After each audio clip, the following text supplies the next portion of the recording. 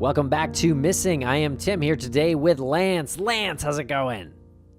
It's going great today, Tim. How are you?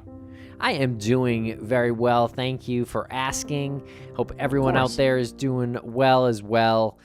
Today, Lance, we are talking about a disappearance case that is not from Private Investigations for the Missing, which is the nonprofit that we are on the board of, founded by Bruce Maitland. No, in fact, today we are talking about the disappearance of Jack Donald Lewis as covered on the Tiger King documentary on Netflix. Yes, this is something that I personally was not that familiar with. Of course, I did see season 1 of Tiger King. I knew of Don Lewis. I really, for whatever reason, didn't jump on the Tiger King bandwagon. Perhaps that's a mistake of mine. Culturally, maybe I should have started a little bit earlier on that. But it was interesting to sit and be a part of this conversation because yourself and Jen, you two knew a whole lot more about this. So I really felt like I was a grateful outsider hearing some things for the first time and opening up, the part of your brain that you don't typically open when you've just heard something over and over and over again and you kind of lose track of the details. So it was refreshing. I walked away from this conversation with a completely different perspective on Tiger King, Carole Baskin, and Don Lewis. You know, in this show, Lance, where we cover serious cases all the time, this one is a little bit less serious. We sort of have no responsibility to it. That's not to say there isn't a real missing person out there, but a lot of the cases we do cover, we sort of have a responsibility to as far as the nonprofit Private Investigations for the Missing goes. So this one was kind of an interesting conversation that we had, not only about Don's disappearance, but about the culture surrounding the Tiger King documentary and Carole Baskin. And having that mindset, like you just said, not having that personal connection to it, to a disappearance, just opens you up to explore the possibilities a little bit more. Right, and I don't know, just from my perspective, it doesn't seem like he's the victim of foul play. Of course, I don't know, but maybe that's one other reason why I kind of feel the same way. Anyway, we'll get into it. You'll hear all about it. I hope you enjoy the episode. If you have any information, please contact the Hillsborough County Sheriff's Office at 1-800-873-8477. And for anybody who wants the case details on Jack Donald Lewis, you can go to thecharlieproject.org/case/Jack Donald Lewis, and you'll be able to find him. He has been missing since August 18th of 1997 from Tampa, Florida. He would be in his 80s today at the time of this recording. He is 5'10", about 170 pounds. So if you see an elderly man walking around Costa Rica or somewhere in South America with big cats, perhaps that is Don Lewis. Submit a tip if you can. There are links in the show notes.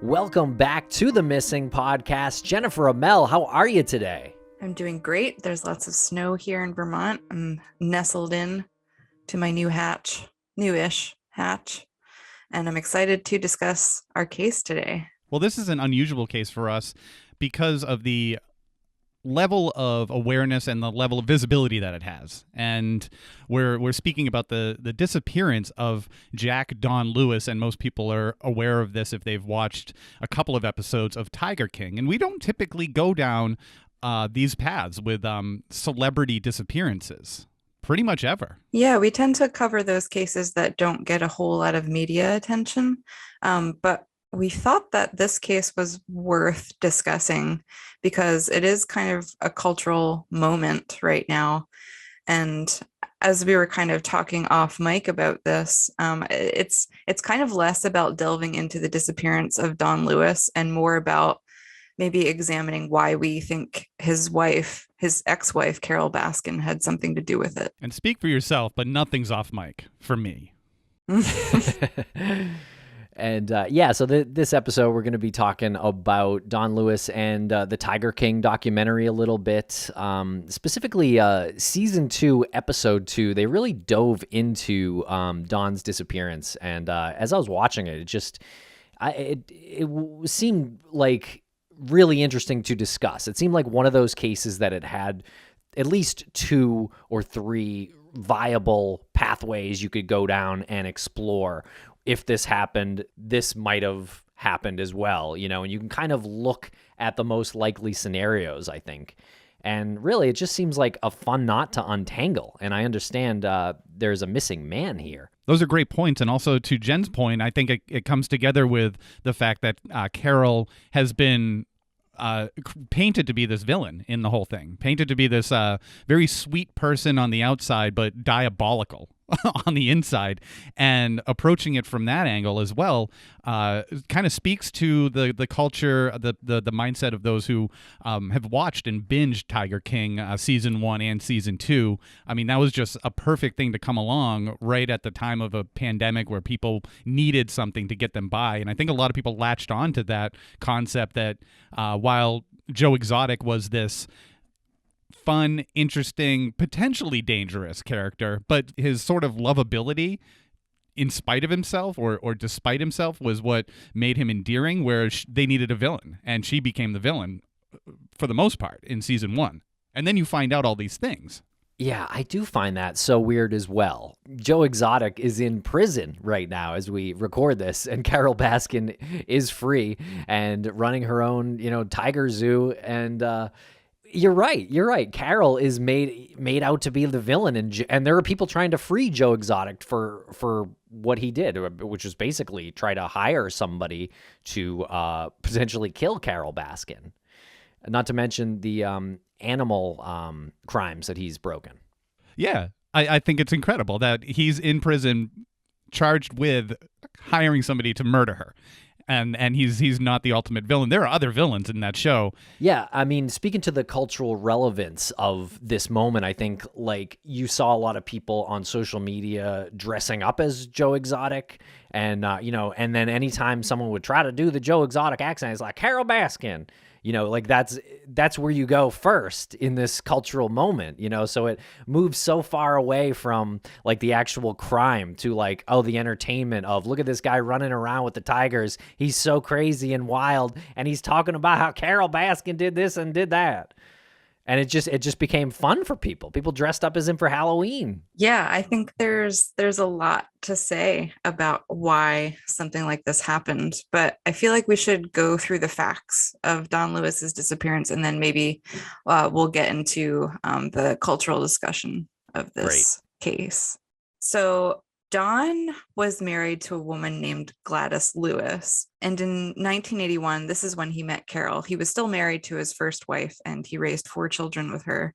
But during this marriage, Don had multiple affairs with other women, including a 10-year affair with Carole before he finally divorced Gladys.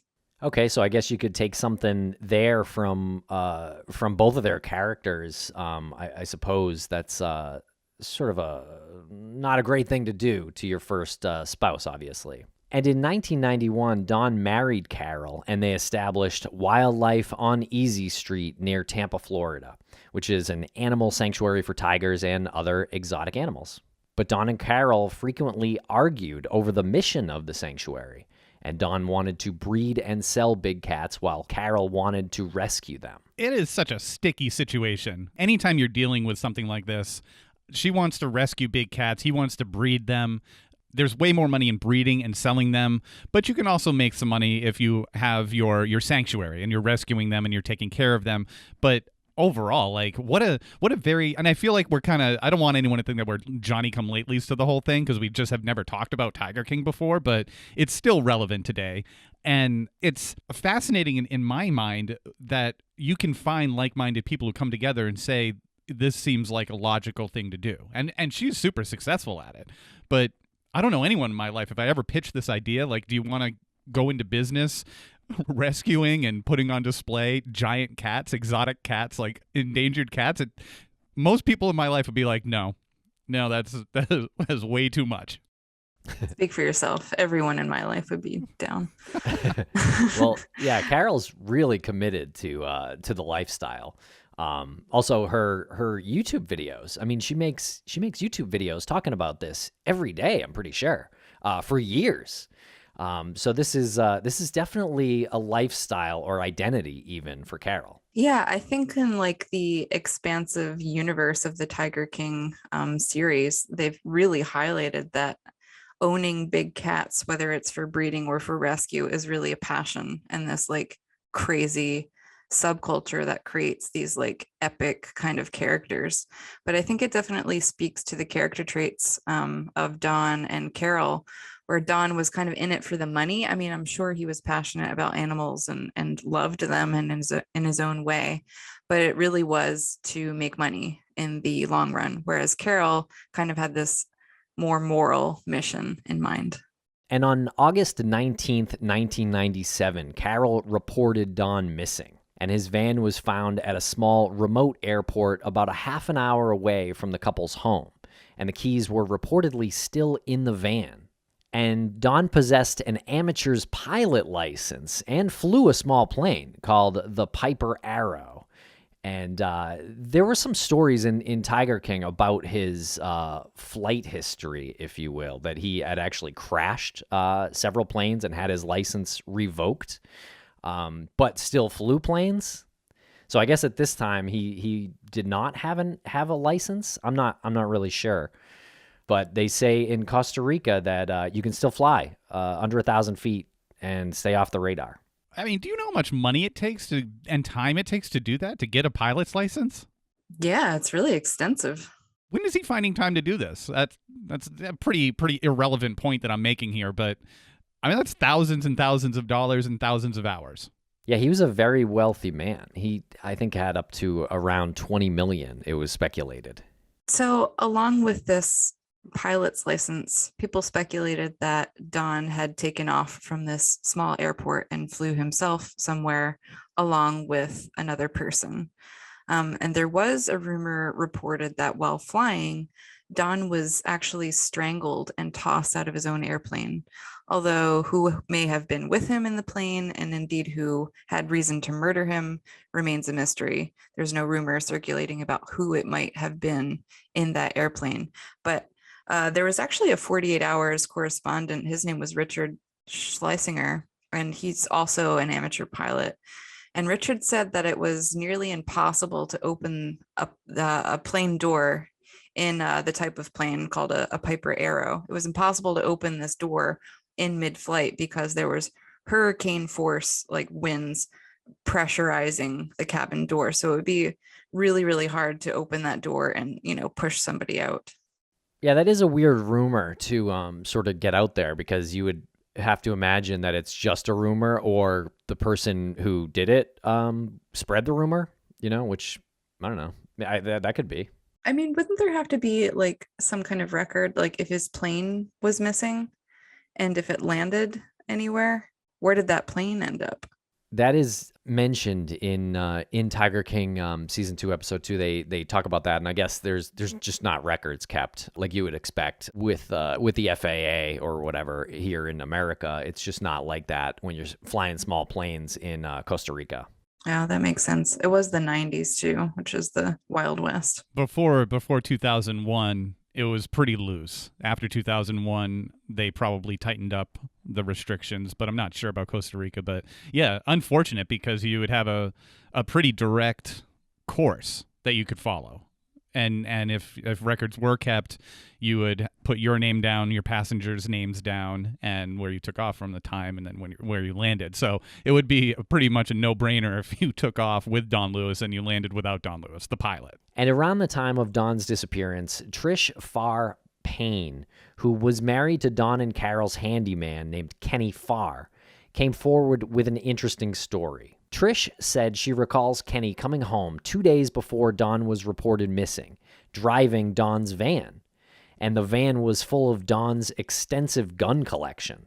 This just adds another layer to Don. Now, you got the aviation. He's got an extensive gun collection, so he's found time to educate himself in weaponry now. And now someone else might have access to all of these guns? And reportedly, Kenny said to his wife, quote, "Don's gone, and I don't want you talking about him," end quote.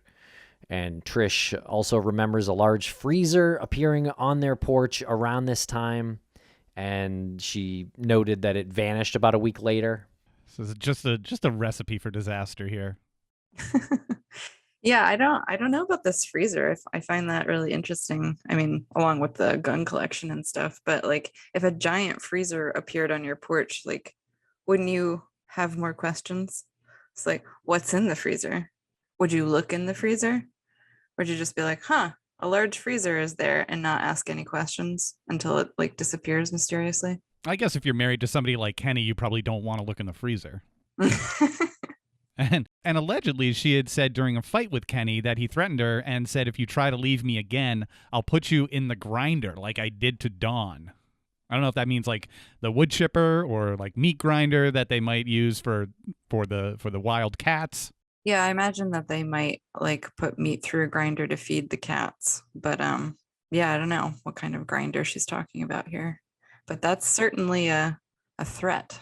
And apparently Kenny contacted 48 Hours Suspicion and said that Trish's story is an outlandish lie, and he denies having any involvement with Dawn's disappearance. Yeah, who knows? I mean, we only have Trisha's perspective on this thing. I mean, it's kind of a he said, she said. There's no real evidence that Kenny had anything to do with it. Right. There was a former housekeeper named Sandra in the Tiger King documentary, and she claimed that her signature was forged on some papers in the house. So that's interesting. Sort of another thing to add to this as a little bit of smoke in this direction. Mm-hmm. Can you explain a little bit more about that? Like what papers was her signature forged on? She said a bunch of papers in the documentary, and she also said his will, Don's will, apparently. Mm-hmm. So that's very suspicious. Someone's name being forged on a will. I don't know if it's true or not. Obviously, we can't confirm as in the documentary, but that's some more smoke in that direction again. Yeah, definitely. And then about 5 years later, after Dawn disappeared, this brings us to 2002, Carole had her husband declared legally dead. I think this is an appropriate amount of time to pass before Carole moves on with her life and her business. What do you guys think? Is that above suspicion? Yeah, to me. And I guess we'll get into more of the sort of possibilities in a little bit here. But it seems like, obviously, Carole was married to him. If she knows she didn't do it, then she would believe that he was probably out there somewhere. You know what I mean? Mm-hmm. So I actually don't think it's suspicious at all, unless she had something to do with it, which we'll go down that path a little bit later. And am I remembering that most states require a 7-year period before you can declare somebody legally dead? I think you're right, Lance. I think I don't know if it's written in stone in every state or if it's federal law or anything, but most commonly 7 years have to elapse until someone is given a presumption of death. Okay. Well, I mean, I can see why there could be some suspicion cast on her for declaring him dead as soon as she possibly can, and probably contributed some information that might suggest that he was definitely dead. Like he was, the aviation, he had crashed before, he just took off, maybe something that could add a factor to like, okay, this guy's probably dead, so we can go ahead and declare him dead. Yeah, agreed. And probably from Carole's perspective, like she was in an unhappy marriage too. And I'm sure that she was in this limbo legally and professionally after Dawn's disappearance. So her, I guess, need to get this declaration of death before the 7 years has elapsed was mostly because she wanted to remarry. She remarried Howard Baskin, and she changed her and Don's business, Wildlife on Easy Street, to what we now know as Big Cat Rescue through the Tiger King documentary. And Carole's sole mission became rescuing big cats and speaking out against the private breeding and selling of exotic wildlife. And this is when her feud with Joe Exotic, the subject of that documentary, became quite public. And if Carole marries Tim Robbins and keeps her Baskin name, she'd be Carole Baskin Robbins. And we'll be right back after a quick word from our sponsors. Thanks to our sponsors, and now we're back to the program. And in the Netflix episode, they spoke with a different ex of Carol's, a guy named Alan Schreier, I think. And he said that he met her, I guess, around the time of Dawn's disappearance. And when he started talking to her and asked about her, like who she is, she said, well, you can check me out in People magazine. I'm going to be in People magazine. And she was in People magazine, but it was about her husband's, Dawn's disappearance. So that seemed a little peculiar to me, that she, almost in a bragging way said, look at the publicity I'm getting. Or maybe she couldn't think of anything else besides her husband's disappearance. That's a possibility too. But they interviewed Alan's son, Todd, as well. And he said that it was sort of known around Carole that just don't talk about Dawn. And he was quoted as saying, she doesn't care about people. She cares about cats. And so both of them kind of could see Carole having something to do with it. Alan actually sort of goes as far as saying that in the Tiger King documentary. Yeah, listen, I mean, there's really no evidence pointing to Carol's involvement in Dawn's disappearance, but she definitely has motive, if that's what you're trying to say. And if you're like looking at her attitude toward her ex-husband and maybe kind of weighing that against her mission to rescue these big cats, like she definitely cared about tigers more than anything in her life. And she definitely is no stranger to the limelight. That little anecdote of her telling someone she was dating to check her out in People magazines, like, this is a woman who likes to be the center of attention. I mean, just look what she does with her life. I mean, you said she posts a YouTube video like every day. She's made her private diaries completely public. She's read them aloud on YouTube videos. It's not a crime, right, to enjoy that kind of attention. I can understand that. I can also try to counter it a little bit and say in 97, maybe she had a different perception of what it was like to have fame, and she did enjoy her job, and she might have really loved Dawn, even though they were going through some difficulties, and it might really hurt her if he disappears and she doesn't know where he is. She starts dating somebody new. Maybe that comment was just a way to get it out of the way. Like, I don't want to talk about it again. It kills me to talk about it. Check me out in People magazine. Mm-hmm. I talked about it with people. It's just sort of like, get that out of the way. And I know a lot of people that like animals more than people, and they're not killing. As far as I know, they haven't been suspected of murdering somebody or making someone disappear. Yeah, you're totally right. That might have just been like an off-color joke too on Carol's part. I mean, she is an eccentric person. She's a little bizarre, and I mean, I enjoy that about her, actually, that she is so bizarre. And she dresses like only in cat prints and stuff. But like, I think that's a larger point to make about the documentary Tiger King, the first one that came out, because Joe Exotic is presented as this like super eccentric dude. Like, he lives a crazy life. He dresses in chaps. He's a gay cowboy. Like, people just really latched on to that eccentricity and loved him because of it. But when Carole is presented as an eccentric character, they're like, oh, because she's so weird, she must be guilty of something. Like, she's not allowed to just be this kind of weird person, Right.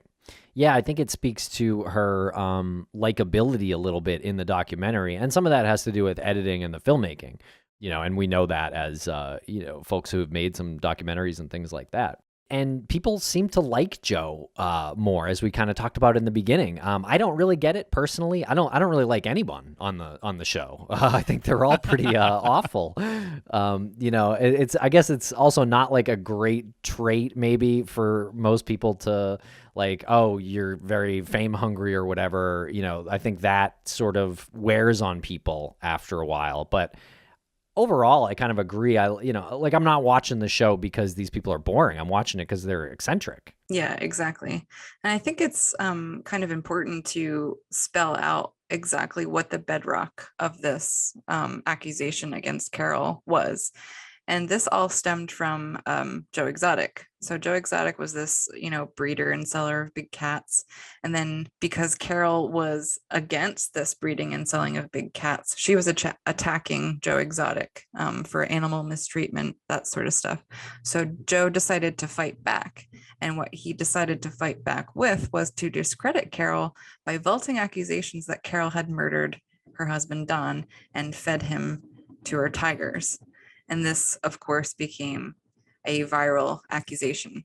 And I don't think the documentary did anything to help this accusation from affecting like Carole's life and business, because she became like the subject of so many online attacks and somewhat of an American villain, I would say. Yeah, I think that's a conversation we could have maybe in a different place, whether it benefited her, her business or not, because you could probably argue both sides of that. I know there was some uncomfortability, obviously, about this accusation, and I'm sure about the people online who, sort of write about her or talk about her, like one person who's in the documentary who she calls a troll. The guy's name is Ripper Jack. He is sort of a controversial YouTuber. That's not a troll name.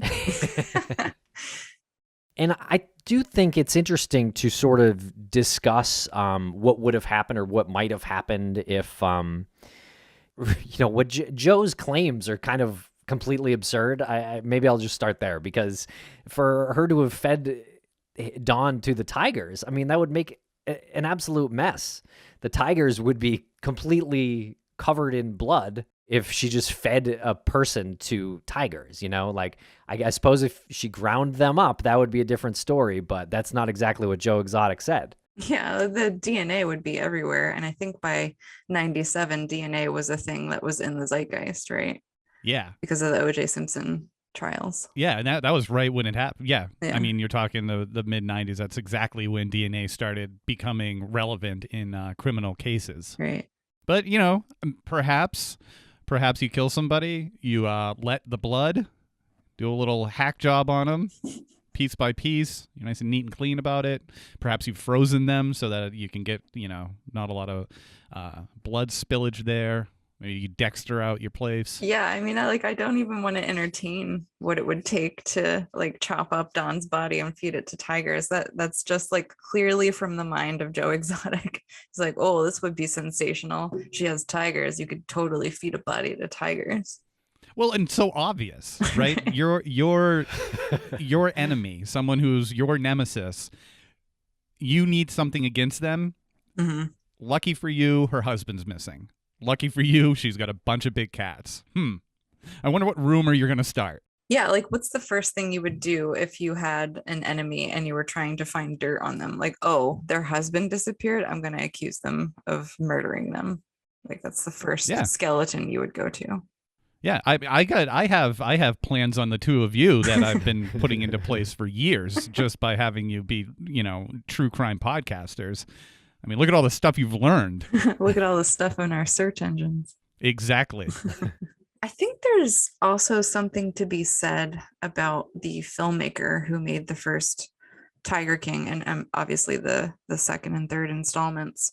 But when he was just kind of chilling with Joe Exotic for however many months it took to film what he did, I feel like Joe Exotic and a lot of these other characters that we get to meet in the documentary are kind of cult figures in their own right, because especially in Joe Exotic's case, because he just like had this group of people who kind of worshiped him at his little zoo.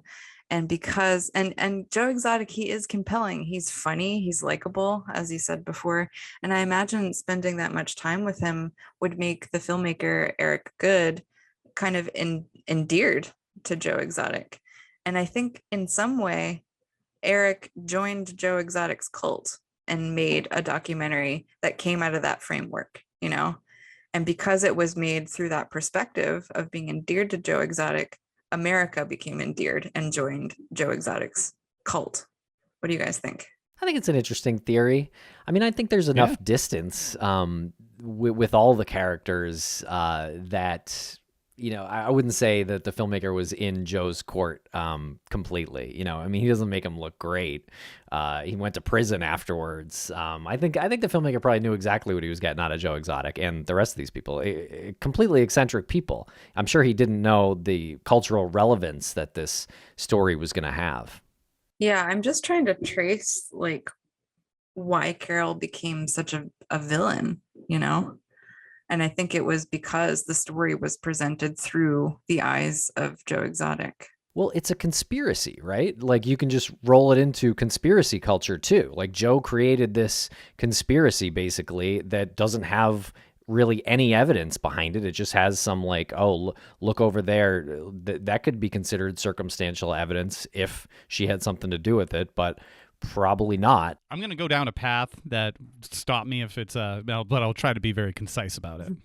I think a lot of it goes back to the perception of Carole that the country had. And Jen, you kind of said it before about her being a woman. And I think that there was a perception about women in power that people just didn't like. And we had just gone through an election with Hillary Clinton, and she was repeatedly, viciously attacked for years, despite being incredibly qualified to run the country. And I feel like a lot of people's mindset was still in that position or still like framed in that way when you see a character like Carole Baskin, who created her own success, seemed to, I don't want to say this in a bad way, but once she got bored with her significant other, she would divorce him. She would go on to another, she was her own woman. And I feel like there was probably a mindset that maybe some people subconsciously had, and they didn't realize it, that she was going to be the villain no matter what. Mm-hmm. Yeah. And I don't want to say that like a woman who owns her own business and does what she wants is like without fault. I mean, women are as complex as men are, but I find it interesting that we have this woman whose sole mission is to like save tigers, and we emerge out of this story by being like, well, she's the worst. Like, how can that not be misogyny? Yeah, I'm with you. There's definitely a level of misogyny here, but she is making money. So what? She's not allowed to make money? Like, that's not a crime. I'm not faulting her for that. I'm just saying you keep focusing on all these rescues that she does. I don't really see the evidence of that. I don't know. Big cat rescue? Maybe I should look into it more, which brings me back to my point about what Joe Exotic said in conspiracy culture. Like, most people don't look too deeply into things. They hear this woman might have fed her husband to the tigers, and they're like, oh, wow, there's some smoke there, and they just don't go any further or learn too much about how mysterious Don was, which sounds like he had a lot of darkness in him, and he was incredibly mysterious. Carole went as so far to say that Don threatened to poison all the cats with antifreeze at one point before he went missing, soon before he went missing. And they were about to get a divorce, it appeared, as confirmed by Don's daughters. And he was flying his plane to Costa Rica a lot and doing what appeared like some shady dealings down there with bringing animals down there, also bringing money down there in crates, apparently like over millions of dollars in cash he would bring down there. One person they interviewed said that Don asked this fellow to move this trailer because that was where he hid like tens of thousands of dollars or more underneath the trailer, back to how eccentric he is. But also Don's daughters said that he told them that she's not getting a dime. That was a quote, apparently. So he was moving money away from the United States in order to keep it from Carole Baskin when he gets divorced.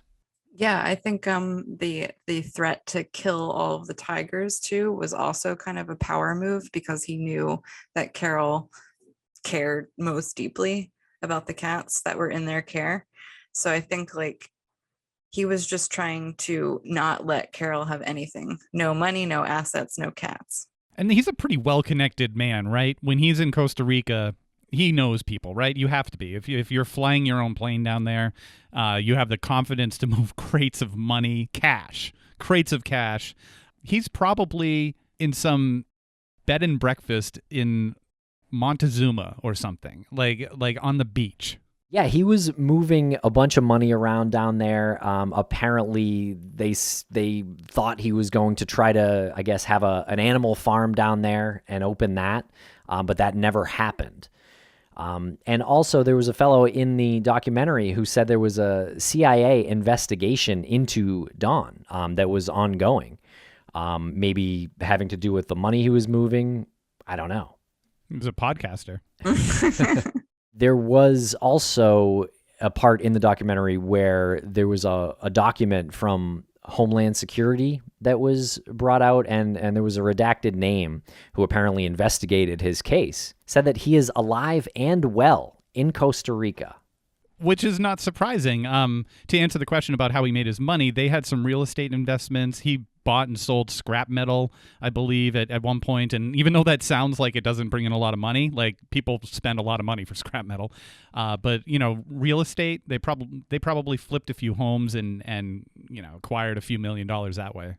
He had a bunch of businesses. Yes, and he had several set up down there, apparently above the board, but never really got to run those companies. He had brought money down there and put them in, I guess. Now, let me ask you a question. If you're in his position and you, for whatever reason, do not want to be around Carole Baskin, and you're in Costa Rica, you're running your bed and breakfast, you're living the life on your days include walking on the beach and drinking wonderful Costa Rican coffee and speaking with the wonderful people there. And you start to hear rumblings that, people think that your ex-wife murdered you and fed you to the tigers. You might want to help out with this. What would you do? Would you be like, I got my crates of cash. I'm barefoot. I'm on the beach. I didn't want to be with her in the first place. Seems like she's getting some celebrity out of this. Would you go back? Would you say anything? It seemed like their relationship was pretty bad. It seemed like they really hated each other at the end. He doesn't owe the world anything at that point. He's just hanging out. Yeah, that's true. I also think that it might cause some legal trouble for him if he were to return. Probably. And if someone finds out his true identity, he's going to toss him like 10 grand. It's nothing. Mm-hmm. Here's 10 grand. Don't tell anybody I'm here. Yeah. Yeah, he was apparently moving around a lot of cash, I guess illegally too, potentially bringing some of that money in. He was also illegally bringing animals in. So those are two things that he's doing that he needs help with, that not all that is above the board. So you're working with people who are comfortable in darker scenarios, or potentially illegal scenarios, and that raises the possibility that some harm is going to come to you. And we haven't even started talking about prostitution yet. And we have not.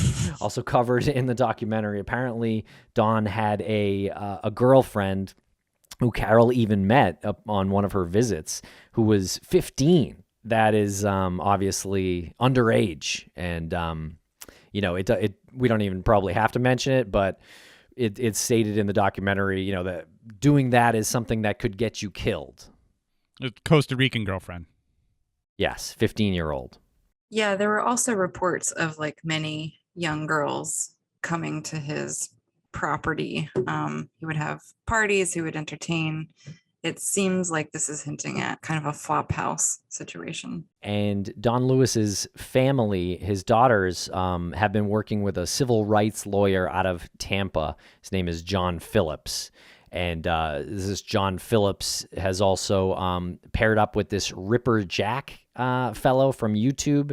And so they've kind of sort of tried to reinvigorate the investigation into Carole, sort of specifically.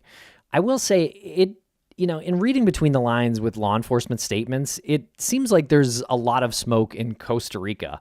There's a law enforcement fellow who's interviewed in the documentary, and he said that he cannot talk about anything having to do with Costa Rica, other than he owned property there, and the case is still open. Honestly, it sounded like to me that there's a lot going on there. And again, the Homeland Security fellow said he was alive and well down there. Mm-hmm. So again, when you look into this a little bit, it doesn't seem like Carole did anything to Don. Yeah, it seems like Don had this whole other life going on in Costa Rica. And I mean, who knows? He may not be alive in Costa Rica. Like maybe he did plan this like elaborate escape and hid his money so Carole wouldn't get it in a divorce proceeding. Maybe he did even fake his own death. But it seems like he was involved in some shady business in Costa Rica. So maybe something violent happened to him in that country. And if he's, I'm assuming when he flew to Costa Rica, he left from Florida, right? So what's the time frame, the duration of a flight, like between 3 and 5 hours? If he left from Florida to Costa Rica, so it's not like a 6-hour flight, or I don't know. I honestly don't know how fast a plane that he would be flying goes, but I do know that like a commercial flight, depending on where you're leaving from, is around 3 to 5 hours. So the routes can't be that there can't be that many routes to Costa Rica from Florida, unless he's going roundabout ways. My long-winded point is, I wonder how many searches for his plane were actually conducted, and I wonder if he had any sort of emergency radio or beacon or something, some emergency device on the plane in case he hit water. Yeah, if he was like flying without touching base with any kind of like control tower or whatever, he wouldn't have, like nobody would be aware that he was flying his plane if he did take off from Tampa or near Tampa. There's also a lot of ocean and a lot of jungle between Florida and Costa Rica. So, I mean, if he did crash, that plane is probably gone. Yeah, exactly. It's a dangerous place to be. I wanted to bring up that possibility that he crashed somewhere in the jungle or in the water. There's plenty of jungle, and he was landing at like sort of these small airstrips in Costa Rica, and he's got a history of crashing planes. And then go down that scenario for a second, peek down that rabbit hole. If he did crash without having told anybody where he was going, like wouldn't an incredible mystery develop? Yeah. Like we've seen. What a great point, Tim. Like the mystery that is the plane. Like how do we know there aren't 100 independent searches that have taken place since Tiger King, just independent investigators who haven't made anything public, that they've gone into areas of the jungle, maybe areas that people have witnessed plane crashes before, because that might be a common plane route. Yeah, so it's a pretty wild case. There are a lot of people still actively, I guess, investigating it. You've got Don's family and this civil rights attorney and Ripper Jack still, I guess, trying to look into Carole, which, you know, is sort of makes a larger point here. Like, you know, it's tragic. Obviously, family doesn't know what happened to him. Law enforcement thinks he ran away on his own or flew away on his own, it appears. And yet the family thinks something different. Definitely interesting to note how families are dealing with their emotions and fighting through that. And that makes them not great investigators in a lot of cases. This whole story is like a cast of characters, right? It almost seems scripted. It seems unreal that these people exist in the world. And I think because they are so entertaining and these stories are so entertaining, we kind of lose sight of the secondary victims. And I mean, the victim himself, he's not emerging as a particularly likable character, but I do really feel for his family that he left behind. I feel for his ex-wife and for his daughters who are missing their father, unfortunately. And I do feel bad for Carole in a way. I feel bad that she's been the subject of speculation and suspicion for so many years of her life, deserved or otherwise. Just wait till she sends us a cease and desist. But I got to say, Tim, you brought this to our attention because you were watching season 2 of Tiger King, and season 1, I think, was right at the beginning of the pandemic last year, right? Like March of 2020. And everyone watched it, and I got caught up in the wave, and then it ended, and I realized how annoyed I was by it. It annoyed me so much that people who are borderline abusing each other, abusing animals, in it for themselves. We're getting all of this attention. We're getting all of this, like, you know, accolades and admiration. Then you have this, you know, this poor woman who's now the villain of the whole thing. But Tim, you brought me back to it. You're like, you got to check out these episodes that focus on Don Lewis. And I feel like those are the most important episodes of the whole saga, the whole character study of everybody. I feel like those Don Lewis's disappearance and how that relates to everything really is like the catalyst of it all. Well, it's an interesting case. I really wanted to have this conversation and sort of focus it around the cultural aspect of his disappearance. I mean, we talk about intricacies, details about disappearances all the time, and this is sort of a different approach to discussing a case. And hopefully, it was interesting to listen to. I'm definitely in the camp that Don took off on his own. Yeah, me too. And on our next episode, we're going to talk about the podcast Serial.